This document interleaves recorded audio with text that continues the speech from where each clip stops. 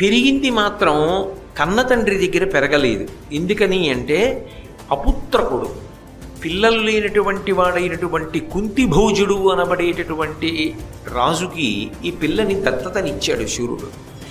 అలా ఇచ్చినటువంటి కారణం చేత ఈ కుంతీదేవి కుంతిభోజుడి దగ్గర పెరిగింది. కన్న తండ్రి పెట్టిన పేరు వృధ. కుంతిభోజుని యొక్క కుమార్తెగా పెరిగింది కాబట్టి ఆమెకి కుంతీదేవి అని పేరు వచ్చింది.